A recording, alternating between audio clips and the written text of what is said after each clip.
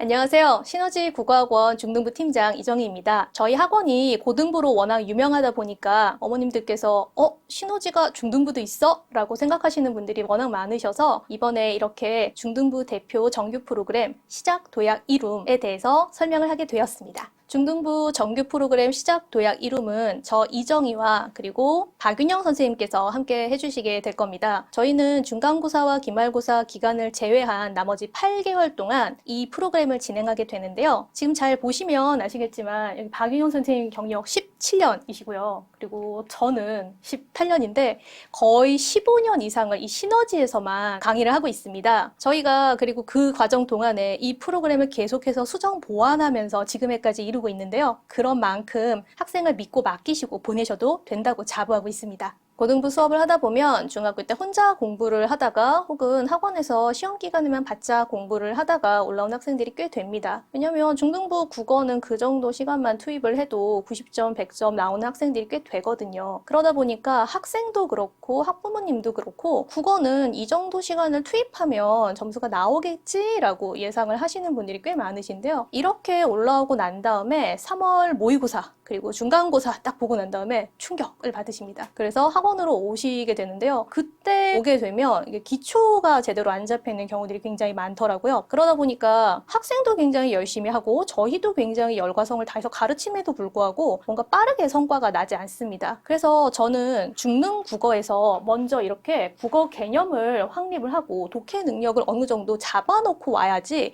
양으로도 그 다음에 질로도 승부하는 고등 국어에 대비를 할 수 있다고 생각을 합니다. 그래서 저희 중등부 정규 프로그램 시작 도약 이룸 같은 경우에는 어휘와 현대시, 현대소설 그리고 비문학 읽기를 바탕으로 해서 국어 개념을 확립하고 독해 능력을 키우는 방향으로 수업을 계획하고 있습니다. 학년별 수업 특성은 다음과 같습니다. 중1은 시작 교재를 사용을 하는데요. 이 수업 같은 경우에는 중학교의 기초를 다지는 수업이고 교과서의 주요 작품을 미리 읽고 이해력을 기르는 수업이라고 할 수가 있습니다. 중2 도약 수업은 도약 교재 및 현대시 플러스를 바탕으로 중1 국어의 부족한 개념을 보완하고 중2 국어의 핵심 개념을 정립하는 수업입니다. 중3 이룸 같은 경우에는 이룸 교재 및 시조와 문법 교재를 바탕으로 흩어져 있는 국어 지식을 정리하고 고등 내신 및 국어 영역을 대비하는 수업입니다. 이 과정에서는 좀 더 본격적으로 고등 내신 및 국어 영역을 대비한다고 생각하시면 될 것 같습니다. 이 과정을 통해서 학생들은 스스로 글과 자료를 읽어내는 능력을 다지게 됩니다. 또한 교과서 한 작품만을 보던 것에서 벗어나서 좀 더 넓은 시야로 다른 낯선 지문에도 능히 대처할 수 있는 실력을 갖출 수가 있습니다. 국어 내신도 암기다라고 하시는 분들이 있지만 기본적으로 국어 능력이 갖춰지면 국어 수능 공부와 내신 공부를 좀 더 효율적으로 할 수 있습니다. 우리 아이가 국포자가 되지 않는 길, 그 길을 시너지가 제시하도록 하겠습니다. 중등부 정규 프로그램 시작 도약 이룸은 1학년부터 3학년까지 총 3시간 반 동안 다음과 같이 어휘, 문학, 비문학, 그리고 모의고사로 진행이 되고 있습니다. 이 중에서 어휘와 문학작품 분석, 그 다음에 비문학 같은 경우에는 매주 진행을 하게 되고요. 3에서 4주차 정도가 지나고 난 다음에 모의고사를 통해서 학생들의 현 실력을 확인하고 있습니다. 어휘의 중요성은 모두 다 아실 거라고 생각합니다. 국어도 언어인 만큼 당연히 영어처럼 어휘가 어느 정도 바탕이 되어야지 국어를 풀 수가 있습니다. 요즘에 유행하는 말도 있잖아요. 고지식, 이 뜻이 뭐냐라고 학생한테 물어봤더니만 지식이 높은 거 아니냐 라고 얘기하는 친구도 있고, 저 같은 경우에는 얼마 전에 수업을 했는데 초혼 수업을 했거든요. 근데 초혼의 뜻이 뭐니? 라고 얘기를 하니까 학생들이 다들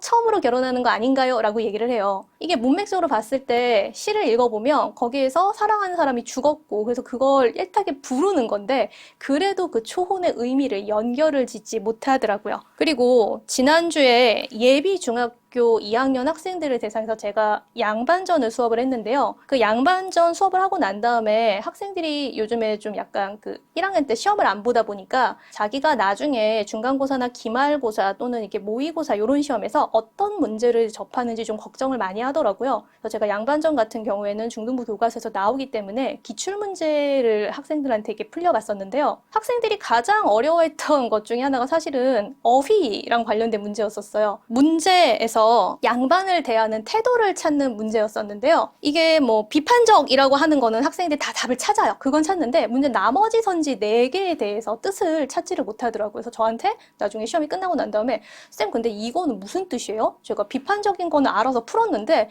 이거 뭔 뜻인지 모르겠어요 라고 얘기하는데요. 학생들한테 물어보니까 정말 4개 단어를 다 모르더라고요. 근데 그게 막 어려운 단어가 아니라 어떤 단어들이었냐면 우호적, 그 다음에 호의적, 이타적, 관용적 이런 단어들이에요. 학생들은 그 비판적 하나만 가지고 문제는 맞은 거예요. 자, 근데 이렇게 나머지 선지들에 대한 그런 어휘 활용된 부분을 모르게 된다면 이 학생들이 문제가 살짝 바뀌거나 표현이 살짝 바뀌면 문제 풀어내지 못하는 거예요. 자, 근데 이런 단어들이 고등부 문제가 아니에요. 중학교 2학년 1학기 기말고사에 나오는 문제거든요. 자, 근데 이런 단어들을 학생들이 파악을 못하는 거예요. 그러면 문제가 정말 많죠. 그래서 저희 시너지 국어에서는 선택지에 자주 활용되는 속담이나 한자성어 그리고 국어 영역에서 자주 나오는 단어들을 풍부한 예시와 그리고 선생님들이 고사 같은 거들은 굉장히 충실하게 이야기를 같이 다 배경 설명을 해드리거든요. 그래서 그런 내용들을 바탕으로 해서 학생들이 좀 더 어휘 실력이 향상될 수 있도록 노력하고 있습니다. 자, 다음은 저희 학원 교재 샘플인데요. 여기 교재에 계륵이라는 단어를 보시게 되면 단순하게 뜻만 설명을 하는 것이 아니라 이것이 조조가 한중 땅을 칠 때의 이야기를 풀어서 학생들에게 설명을 해줍니다.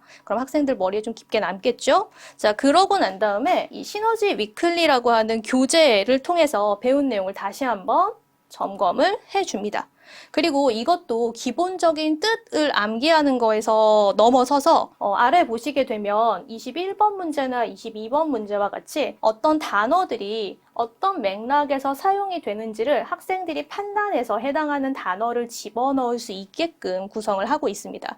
단순하게 단어를 많이 암기하는 것이 아니라 자기가 배운 단어가 어떤 맥락에서 활용이 되는지를 좀 더 철저하게 공부하는 방향으로 수업을 진행하고 있습니다. 문학은 시대별 주요 작품들, 저희는 말뚝 작품이라고 부르는데요. 이것들을 매주 현대시 한 편, 그리고 소설 한 편씩을 공부를 하고 있습니다. 현대시는 주요 작가의 작품을 통해서 운문 적응력을 키우는 수업인데요. 시적 화자의 정서, 태도, 시어의 함축적 의미, 주제의식 등을 파악하는 능력을 향상하는 것을 목표로 하고 있습니다. 그리고 소설 같은 경우에는 고전하고 근현대 소설을 함께 다루는데요. 고전은 중요한 작품들은 딱 정해져 있으니까 그거 보면 되는 거고요. 저희 같은 경우에는 특히 1920년대부터 80년대까지 현대사의 흐름과 그 다음에 소설 작품들을 연계를 지어서 학생들이 주요 말뚝 작품들을 분석하고 그 다음에 인물의 성격과 중심 사건 그리고 갈등 그리고 서술상의 특징을 파악할 수 있도록 지도하고 있습니다. 그리고 이 수업을 1학년도 똑같이 1920년대부터 80년대까지 2학년도 똑같이 1920년대부터 80년대까지 3학년도 똑같이 그 시기를 진행하고 있습니다. 그러면 학생들이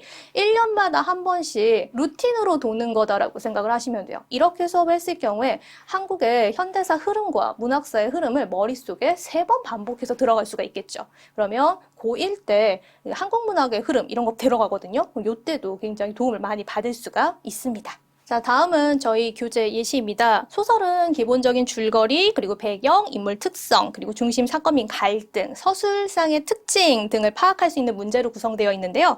그리고 그것을 단순하게 그냥 적고 단답식으로 보는 것이 아니라 이렇게 조건에 맞춰서 내용을 서술하는 문제를 제시하고 있습니다. 중학교 문제는 학교에 따라 조금씩 차이는 있기는 하지만 서술형이 거의 없고 있다고 하더라도 단답식 문제로 제시가 되는 경우가 굉장히 많습니다. 하지만 제가 고등부 문제 하나 가지고 왔거든요. 중학교 문제는 학교에 따라 조금씩 차이는 있지만 서술형이 거의 없고 있다고 하더라도 단답식으로 제시가 되는 경우가 굉장히 많습니다. 그런데 당장 여기 화면에 있는 문제를 한번 보시게 되면 이게 1학년 1학기 중간고사 서술형 문제거든요. 당장 학생들이 학교 가고 난 다음에 2달 만에 보는 시험 문제입니다. 자, 근데 문제를 보시면 아시겠지만 지금 고려해야 될 점들이 굉장히 많습니다. 보기 고려해야 되고요. 당연히 본문은 알아야 되고 보기에서 뭐 이런 내용들을 고려를 해줘야 되고 그리고 그것들을 조건에 맞추어서 적어줘야 돼요. 그리고 이게 이제 제일 중요한 것 중에 하나인데 학생들이 의외로 글을 쓰는 것들을 굉장히 싫어하고 그리고 문장으로 구성하는 연습들을 잘 안 하거든요. 그러다 보니까 이렇게 문장 틀 주어져 있으면 내가 충분히 쓸 수 있지 않을까라고 생각을 하지만 맞춤법에 어긋나거나 그 다음에 비문일 경우도 많고 심지어는 문장 형식으로 서술하라고 했기 때문에 맨 마지막에 마침표 꼭 찍어줘야지 인정해주거든요. 그런 거를 놓치는 경우들이 굉장히 많아요. 안 해봤으니까요. 자, 그래서 저희는 그런 실수를 학생이 하지 않게 하기 위해서 문제를 계속 교재에서 이렇게 확인할 수 있도록 그리고 조건에 맞춰서 중요한 내용들을 서술할 수 있도록 구성을 하고 있습니다. 저희가 이거 교재 만들 때 저희도 그 고등부 수업을 하기는 하지만 다른 선생님들께 한번 자문을 좀 구해봤거든요. 왜냐면 고등부 같은 경우에는 학교마다 좀 문제 내는 스타일이 좀 달라서 이런 식으로 문제 내면은 어느 학교로 가든 좀 적응할 수 있겠느냐라고 여쭤보니까 아주 좋다고 이렇게 하셔야 된다고. 안 그래도 중등부에서도 학원 다녔다는 애들이 있는데 이렇게 실력이 안 좋게 올라오는지 모르겠는데 우리 학원 다니면 다 될 것 같다. 뭐 이런 식으로 말씀하시더라고요. 그래서 제가 굉장히 추천을 드리는 부분이고요. 그리고 이렇게 학원에서 수업을 들으고 난 다음에 집에 가서 과제를 할 때 위클리 문제를 풀 때에는 이렇게 OX 문제를 제시를 하고 있거든요.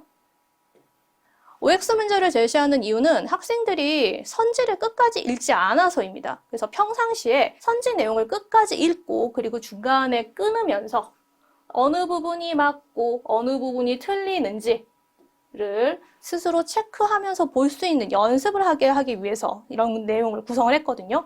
이런 게 왜 필요하냐면 객관식 문제 한번 보시겠습니다. 지금 제가 편집을 하느라 옆쪽으로 좀 많이 늘려놔서 그런데요. 그래도 이게 줄이 2줄이죠. 이거 사실은 학교 시험 문제 편집을 하면 선지가 4줄씩 구성이 되어 있습니다. 이렇게 긴 거 주면 애들 읽지를 못해요. 읽지를 못하기 때문에 평상시에 OX 문제 등을 통해서 이렇게 중간중간에 끊어주는 연습을 해줘야 돼요. 그리고 끊어주는 연습을 통해서 어느 것이 맞고 어느 것이 틀린지 스스로가 계속 확인하고 점검하는 능력이 필요합니다. 그런 것을 저희는 시너지 위클리를 통해서 매주 확인할 수 있도록 해주고 있습니다. 현대시 같은 경우에는 이런 문제들을 반복해서 제시를 하고 있습니다. 이런 문제 뭐냐고요? 화자, 그리고 화자가 처한 상황, 그리고 이 속에서 화자가 느끼는 정서와 태도가 무엇인지 이걸 파악하면 주제를 찾을 수가 있거든요. 그리고 이거를 단순히 나는 그렇게 생각하는데요. 이렇게 하는 것이 아니라 문제 속에서 시 속에서 그 근거를 찾아서 서술하도록 훈련하고 있습니다. 그리고 이것도 마찬가지로 시너지 워크북으로 그 주에 배운 내용을 15문항에서 20문항 정도로 구성된 OX 문제로 확인을 하고 있습니다. 자, 그래서 이런 활동을 통해서 꼼꼼하게 끊어읽는 연습을 하는 거예요. 뭐 예를 들면 요 문제를 한번 같이 풀어볼까요? 초원 다 아실 것 같아요. 김소월 초월이니까 다 아실 것 같으니까. 왜냐면 이 시는 전통적인 장례 절차의 일부인 초혼의식을 소재로 한다. 그러면 전통적인 장례 의식의 일부인 요 두 부분을 다 확인을 해줘야 되는 거죠. 자, 그리고 두 번째 지문 같은 경우엔 죽은 임에 대한 끝없는 사랑과 끝없는 사랑, 그 다음에 사별에 따른 비극적인 정서를 체념적인 어조로 표현하였다. 이렇게 세 부분은 끊을 수가 있을 것 같은데요. 끝없는 사랑 맞습니다. 사별에 따른 비극적인 정서 맞아요. 자, 근데 이 시 보면은 굉장히 영탄한적인 어조로 사랑하는 사람을 부르고 있거든요. 그렇기 때문에 체념적인 어조라는 표현은 틀린 거겠죠. 이런 식으로 학생들이 선지를 하나하나 세부적으로 분절해서 끊어읽는 연습을 하고 있습니다. 이런 연습을 계속 지속적으로 해야지 아까 전에 봤던 이 지문 같은 긴 선지들도 학생들이 끊어 읽으면서 볼 수가 있게 되는 거죠. 이런 연습들을 고등부에 가서 해야지 라고 생각하면 그때는 이미 늦는 것 같습니다. 그래서 시너지 등등부에서는 시작 도약 이론 프로그램을 통해서 이런 연습들을 꾸준히 체계적으로 진행하고 있습니다.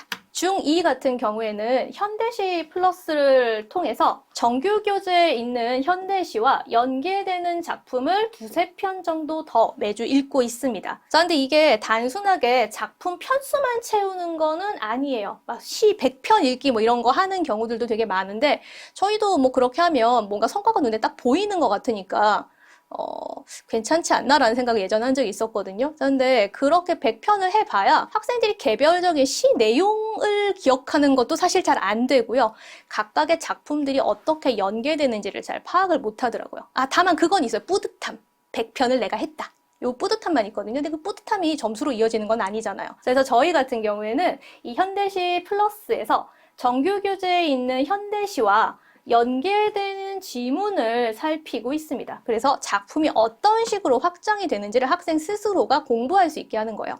이게 고등학교 가시게 되면 외부 지문들이 굉장히 많이 들어가거든요. 그래서 유명한 선생님들 같은 경우에는 외부 지문이 뭐가 나올지 본인이 막 약간 찍신처럼 이렇게 내주시는 경우들도 있긴 하지만 이거 사실 학생들도 본인이 이런 문제가 연결돼서 나올 것 같아, 이런 작품이 나올 것 같아, 이게 어느 정도 되어 있어야 되거든요. 그러면 어떤 훈련을 해야 되느냐? 이런 한 편의 작품이 작가와 연계가 되거나 또는 시대와 연계가 되거나 주제나 또는 화자나 표현 방법이나 제재 등 다양한 방식으로 연결되는 그 상황을 알아야 되는 거예요.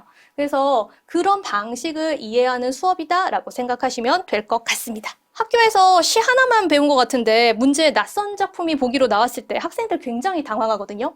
자, 근데 이때 이런 현대시 플러스 수업을 통해서 학생들이 낯선 지문이 나와도 허둥대지 않고 문제를 풀어낼 수 있습니다. 왜냐하면 그 지문이 나온 건 요것들 중에 하나와 연계가 되기 때문이거든요. 내가 이미 이런 거 공부해봤잖아요. 그러면 낯선 작품이 들어왔을 때에도 충분히 풀어낼 수가 있는 것입니다. 교재 예시는 다음과 같은데요. 우리 좀 전에 초훈 씨 봤잖아요. 그럼 초훈 같은 경우에 여기 이제 김소월의 접동색 들어가 있으니까 작가와 연결될 수가 있을 거고요. 김소월 작품들 같은 경우에는 공통적으로 삼음보가 굉장히 많이 나타나잖아요. 그러면 음보라든가 운율적인 측면으로 연계가 될 수가 있을 겁니다. 이런 식으로 자꾸 훈련을 한 학생들 같은 경우에는 작품과 작품 사이에 공통점을 찾아내는 능력들이 굉장히 많이 향상이 되게 돼요. 저희는 그런 것을 학생들이 키울 수 있도록 노력하고 있습니다.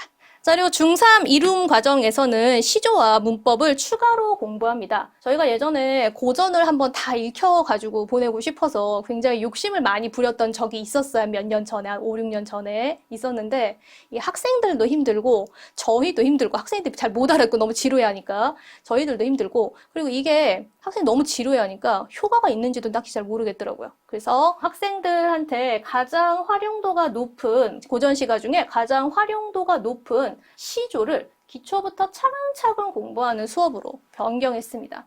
그래서 주제별로 한 100여 편들의 주요 작품들을 다루는 수업이고요. 이게 시조 같은 경우에는 마치 어휘처럼 또는 한자 성어처럼 약간 그 세 줄을 한 덩어리의 어휘나 단어와 같이 좀 외워줘야 되는 느낌이 있거든요. 그래서 반복과 복습을 통해서 작품의 내용을 철저하게 확인을 하고 있고요. 그리고 고전 시가를 학생들이 많이 어려워하는 이유 중에 하나가 무엇이냐면 거기에 관습적인 상징들이 굉장히 많이 사용되거든요. 뭐 예를 들면 저희 뭐 다 알잖아요. 그렇죠? 대나무, 절개, 뭐 이런 것들 사실 학생들이 잘 연결을 못 짓습니다. 자, 그래서 그런 관용적으로 사용하는 관습적인 상징들까지 확실하게 정리를 해서 이 시조를 바탕으로 해서 고등부 수업을 더 확실하게 살필 수 있도록 저희가 지도하고 있습니다. 그리고 문법 같은 경우에도 중3과 고1 내신에 가장 활용도가 높은 품사와 문장으로 구성을 했어요. 품사 같은 경우에 저희가 언제 배우냐면 중학교 1학년 때 배우거든요. 중학교 1학년 때 배우는데 사실 중학교 1학년 때 저희 시험 안 보잖아요. 일단 배운 지 오래됐고요. 그리고 시험 안 보면 학생들 기억 하나도 안 합니다. 자, 근데 3학년 때 문장 배워야 되는데 이거 문장 하려면 품사가 기본이 되어 있어야 되거든요. 자, 근데 이게 이제 선생님들께서 조금 이제 의식이 있으신 선생님들 같은 경우에는 품사 프린트 다시 새로 다 나누어 주고 그거 학습시키고 그 다음에 문장 수업을 하세요. 근데 그러면 품사 부분까지 시험에 나옵니다. 양이 엄청나게 많아지고 어려워지는 거죠. 자, 그렇기 때문에 저희는 평상시에 품사와 문장을 좀 차근차근 공부를 해서 학생들이 각 학교 기출 문제와 그리고 모의고사 문제 풀이를 통해서 응용력을 기를 수 있도록 수업하고 있습니다. 가장 활용도가 높은 부분들을 좀 집중적으로 가르친다라고 생각하시면 될 것 같습니다. 시조 같은 경우에 저희 교재에 이렇게 되어 있는데요. 이렇게 보시게 되면 이거 같은 경우에는 고려 말, 조선 초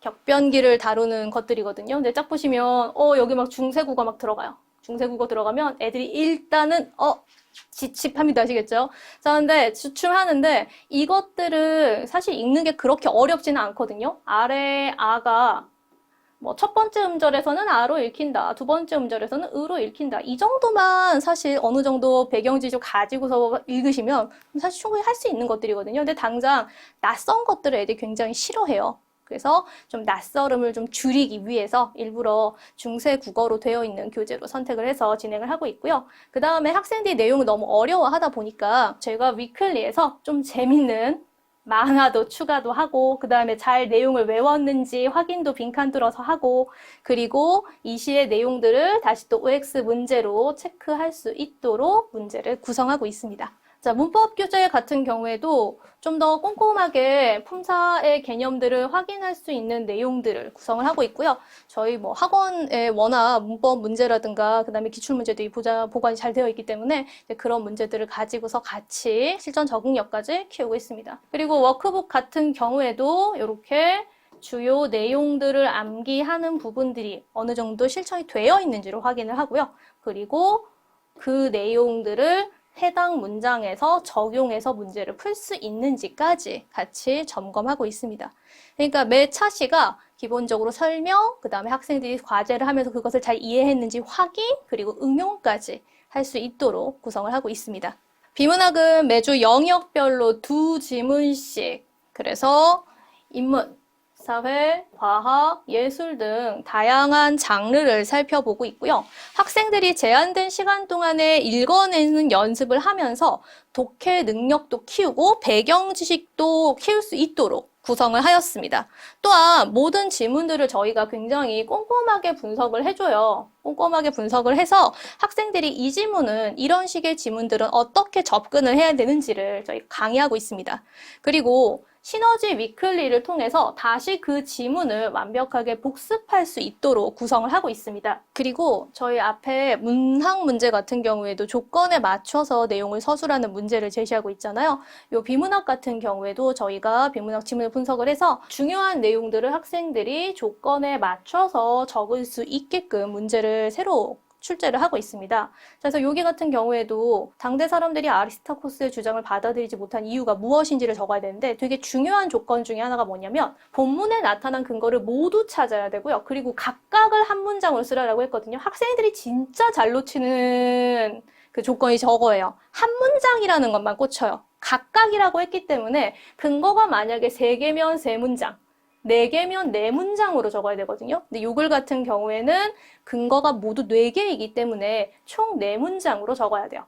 그리고 두 번째 조건을 보시게 되면 각 문장을 연결하는 지시어나 접속어를 쓰지 말라고 했거든요. 그럼 근거만 간략하게 적어야 돼요. 그리고 문장으로 쓰라고 했으니까 당연히 맨 마지막에 마침표까지 찍어줘야 되는 거고요. 그래서 이 친구 같은 경우에는 지금 약간 문맥에 어울리지 않는 호응이 잘 되지 않는 비문도 사용하고 있고, 그리고 조건 2개까지밖에 쓰지를 않았잖아요. 그래서 제가 친구 같은 경우에 과제를 좀 늦게 낸 친구라서 저한테 이제 사진으로 찍어서 보낸 친구인데요. 그래서 제가 아이패드에서 열심히 넣어갖고 제 구린 글씨 말고 예쁜 글씨체로 집어넣어서 해설도 추가해주고, 그 다음에 필요한 내용들 같은 경우엔 더 추가해서 첨삭까지 하면서 지도하고 있습니다. 이런 과정들이 굉장히 필요하다고 생각을 해요. 왜냐면 저희가 내신 강의를 할 때, 중등부 내신 강의를 할 때 학생들한테 과제를 내면 서술형 문제를 풀어오지 않는 학생들이 굉장히 많습니다. 근데 얘네들이 하는 얘기가 뭐냐면 쌤, 저희 학교는 이번에 서술형이 안 나와요 라고 얘기를 해요. 근데 서술형이 안 나오니까 서술형 문제를 풀지 않겠대요. 내용 요소는 보지 않는 거죠. 이제 서술형이라고 하는 문제 형식만 꽂히는 거예요. 자, 근데 서술형 결국엔 언젠간 나오거든요. 특히 고등부 가시게 되면 적게는 20점에서 많게는 40점까지 매 고사마다 보게끔 되어 있어요. 그럼 그때 가서 자기가 쓸 수 있느냐? 안 써져요. 우리가 한국말을 잘 한다고 해서 글을 잘 쓸 수 있는 건 아니거든요. 그래서 저희는 이런 일련의 과정들을 통해서 학생들이 비문 없이 글을 매끄럽게 쓸 수 있는지를 확인하는 연습을 계속 하고 있습니다. 자, 마지막으로 모의고사입니다. 모의고사는 저희가 3, 4주차 정도 수업을 진행하고 난 다음에 각 학년별로 수준에 맞는 모의고사를 제시를 하고 있고요. 그래서 시작, 도약, 이룸 시간에 배운 내용들을 그대로 보는 것이 아니라 거기서 이제 원리 원칙을 배운 거잖아요. 그럼 그런 원리 원칙들을 다른 낯선 작품에 풀 수 있는지 그런 적응력을 확인하는 문제다라고 생각하시면 될 것 같습니다. 그래서 1, 2학년 같은 경우에는 진단평가나 성취도평가와 같은 걸로 학생의 수준에 좀 맞는 문제를 제공하고 있고요. 중3 같은 경우에는 고1 모의고사 문제를 제공을 해서 학생들이 잘 풀 수 있는지를 확인을 하고 있습니다. 이렇게 문제를 풀 때 학생들이 진단고사 문제나 성취도평가 문제 같은 경우에는 시간이 모자라다는 호소를 많이 하는 학생들은 사실 별로 없거든요. 근데 이제 여기를 이제 넘어서서 중3 과정에서 모의고사 지문을 제시하게 되면 이제 그때부터는 시간이 모자라서 허덕허덕 하는 친구들이 생기게 돼요. 자, 그래서 미리부터 이런 제한된 시간 내에 문제를 빨리빨리 푸는 연습들, 정확하게 읽어내는 연습들을 바탕으로 하고 있고요. 이렇게 문제를 풀고 난 다음에 저희가 모든 지문이랑 문제들을 다 꼼꼼하게 분석을 하고 있거든요. 그래서 학생들의 적응력을 높이는 수업이다라고 보실 수 있겠습니다. 저는 이 수업 관련해서 되게 인상 깊었던 친구가 하나가 있는데요. 저랑 한 5년, 6년 전쯤에 2, 3학년 과정을 같이 했던 친구가 한 분 하나 있거든요. 근데 이 친구가 대왕중 학생이었는데 내신 수업은 항상 100점이 나와요. 근데 저희 학원에 와서 이제 모의고사를 처음 보니까 처음에 4등급인가 나왔던 걸로 기억을 해요. 그러니까 이 친구가 이제 욕심이 난 거예요. 자기가 학교 시험은 잘 나오는데 모의고사가 안 나오니까 좀 약간 좌절이 있었던 거죠. 그래서 저한테 따로 뭐 질문도 하고, 그 다음에 자기가 좀 비문학이 약한 것 같다. 쌤, 제가 저한테 뭐 비문학 지문 문제를 좀 추천해 줄 수 있느냐. 쌤, 이런 걸 좀 더 문제를 풀어보려면 어떻게 해야 되느냐. 되게 질문도 많았고, 어떻게 하면 좋을지 계속 상담하던 친구였거든요. 근데 그 친구가 마지막에 저희 이제 중3 끝날 때쯤에 2등급까지 올라갔는데, 그 2등급이 딱 1등급하고 2등급 사이에 이렇게 딱 걸려있는 거예요. 뭐 1등급 컷이 만약에 90점이다라고 얘기하면 이 친구가 89점이 나왔었거든요. 그래서 굉장히 아쉬워했어요. 근데 그간 정말 계속 꾸준하게 올라가다가 적체되다 올라가다 적체되다 그 과정 끝에 여기까지 올라온 거였거든요. 이 친구가 그렇게 상급 밖으로 지나가고 난 다음에 저한테 딱 마지막으로 한 번 더 이제 문자를 보낸 적이 있는데 그게 뭐였었냐면 쌤, 저 드디어 1등급 나왔어요. 감사합니다. 라고 하더라고요. 그때 정말 되게 보람찼었거든요. 그래서 이런 확인하는 과정들을 거치면서 저희가 학생들을 보다 나은 단계로 진짜 말 그대로 중학 과정에서 시작, 도약, 이룸할 수 있는 수업으로 구성을 하고 있습니다. 긴 시간 동안 들어주셔서 감사합니다. 저희가 시너지에서 고등부 밑에서 굉장히 오랫동안 중등부를 하고 있었는데 두 사람이 정말 되게 오랫동안 중등부를 하고 있었는데 그동안 어머님들께 이 좋은 프로그램을 저희가 홍보를 잘 못했어요. 지금 이 영상을 찍는데도 몇 번을 절고 끊고 했는지를 잘 모르겠습니다. 저희 부끄러움이 좀 많은 사람들이라 이렇게 영상을 찍고 홍보하는 활동들을 별로 하지 않았는데요. 어머님들께서 이 좋은 프로그램을 알고 그 다음에 학생들을 믿고 맡기시면 저희가 성심성의껏 잘 가르쳐서 상급 학교에 가서도 뭔가 모자람이 없이 시너지에서 배우길 참 잘했다라고 항상 마음속에 저희 두 사람을 품고 갈 수 있도록 열심히 노력하도록 하겠습니다. 지금까지 들어주셔서 감사합니다.